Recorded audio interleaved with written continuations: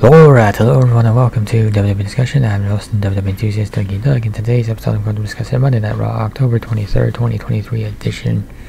And the Judgment Day continues to dominate Raw, taking up much of the runtime on this episode. Damian Priest and Cody Rhodes agreed to a match with Crown Jewel, but the Judgment Day would then launch an attack on the American Nightmare's left ankle. Rhodes was still able at the end to run down to the ring and save Jey Uso. Rhea Ripley would sign a contract for a fatal 5-way at Crown Jewel. Dominic Mysterio and Logan Paul found some common ground. And in non-Judgment Day news, Johnny Gargano won his first singles match on Raw in over 7 months. Andy Hartwell put up a good fight against Becky Lynch, while Xia Li continues her quest for a match with Becky. Even Akira Tozawa got a match. The Red Band delivered a solid filler episode on the road to Crown Jewel.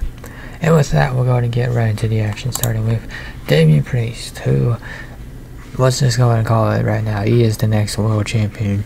And the reason why is because he won the Money in the Bank briefcase for a reason. He's ready for a world title run. However, if he is going to escape the fate of some Money in the Bank winners, he needs a bit more singles credibility. As dominant as Judgment Day has been, the Order Men for me sometimes gets treated as the least important member of the group at times.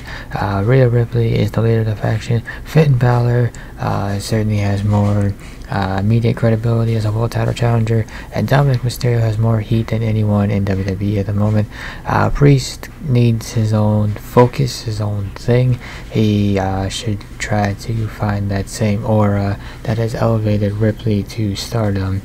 With his size and speed, he can be an unstoppable force. He can build that reputation by challenging Cody Rhodes at Crown Jewel. He might not win the match, but if he can push Cody to his limits, he will look more like a credible champion. Logan Paul. So, is there going to be a pairing with Logan and Dominic Mysterio? If so, probably a bad idea.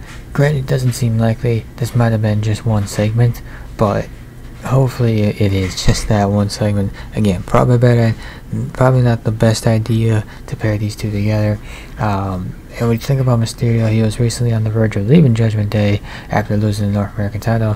Rhea Ripley would give him an ultimatum to either regain the title or walk away. He succeeded in regaining the title. But what if his status in Judgment Day is still in doubt? Well, that would raise an interesting question of how can he keep his heat without the faction in his corner. Now, the answer might be Logan Paul. Dirty Dom showed his support for Paul challenging his father Rey Mysterio on Monday night, and Paul responded by showing his respect to the North American champion. This might sound like a decent pairing on paper, but these two probably wouldn't mesh as a team. Dirty Dom has built his heat by taking advantage of those bigger than him, while Paul has developed his own heat through his ventures outside of WWE. This comes off as WWE trying to garner more heat for Paul than actually aided Mysterio. Moreover, it's just not time for him to leave Judgment Day. While the dominance of the group is a bit much at times, Dom is more important to the long-term success of the group than, well, anyone outside of Ripley. And speaking of Rhea Ripley, is there currently a credible contender ready to dethrone her? Well, when you look at the 4 women she's defending the title against the Crown Jewel, the answer would be no.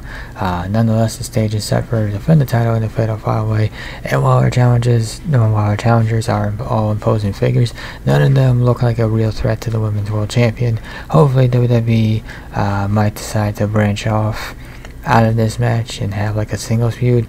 Maybe Shayna Baszler, but even then, the Queen of Spades would be a filler challenger rather than an actual threat. An argument could be made that Nia Jax might be the most credible, but if that is the case, that would probably be only because, if she is the most credible challenger, it would most likely be because she's so recently returned.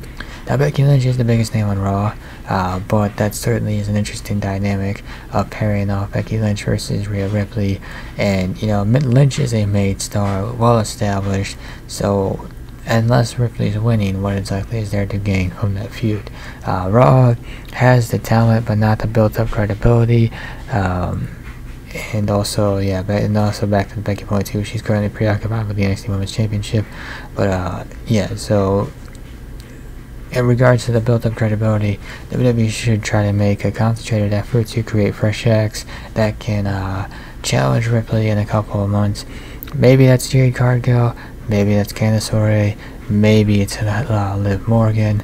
If those options don't pan out, it would take a complete roster shakeup at WrestleMania 40 to try to present some real challenges to Ripley. Now, Bianca Belair is certainly an option. Granted, she's on a different roster right now, but there might, if there's a way to make that one happen, then maybe that's something you do there. And Triple H, utilizing the depth that he has on Raw, which is a good thing. I mean, when you have a talented roster with quite a few depth pieces and you have 3 hours to kill, might as well. So WWE has always had an unfortunate habit of not using healthy talent on their contract. And while the Judgment Day, Seth Rollins and Becky Lynch are, few of the stars on Raw guaranteed TV time, those lower in the totem pole just hope for at the very least booking on main event. That may be changing with some recent booking improvements for Raw. Johnny Gargano's return has elevated his former NXT group away, with Andy Hartwell getting some serious in-ring time against Becky Lynch. Lynch has been pushing for fresh challengers, including Tegan Nox and Xia Li. Nikki Cross could be up next with returning action this week in a tag team match. Akira Tozawa has finally found a direction as the new junior member of Academy. Well, it's been clear for a while that Triple H was interested in pushing a variety of stars, elevating Imperium, Shinsuke Nakamura, and Ricochet. So much still left on the sidelines. That seems to be changing. A deeper roster makes for a better product. WWE's always struggled to keep things fresh, and new stars are welcome on a show that is a bit too Judgment Day focused at the moment. In conclusion, Raw continues its recent hot streak of an overarching story in the form of a manipulative, scheming Rhea Ripley, approaching top stars and attempting to get them to align with the Judgment Day, like Seth Rollins, like Drew McIntyre. Only the thing is, though, I don't think either one of those two guys are falling for it. Sprinkle in some solid in-ring work, logical storytelling, and the greatest reaction to a bad guy, Dominic Mysterio, this side of the 1980s, and you have a show that knows how to build to Crown Jewel, and did just that with most of the creative. And with that, we'll go ahead and wrap up this episode of the discussion. If you enjoyed this episode, be sure to hit that like button down below.